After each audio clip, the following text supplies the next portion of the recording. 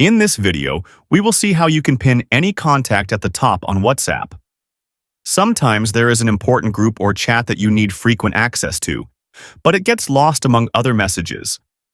In such cases, pinning that specific chat makes it easier to find, as it will always stay at the top.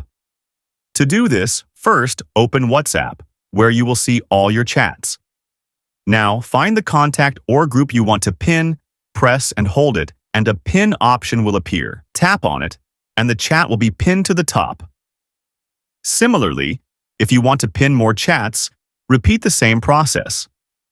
If at any point you want to unpin a chat, simply press and hold it again and tap on the Unpin option. This way, you can easily pin or unpin any contact or group on WhatsApp.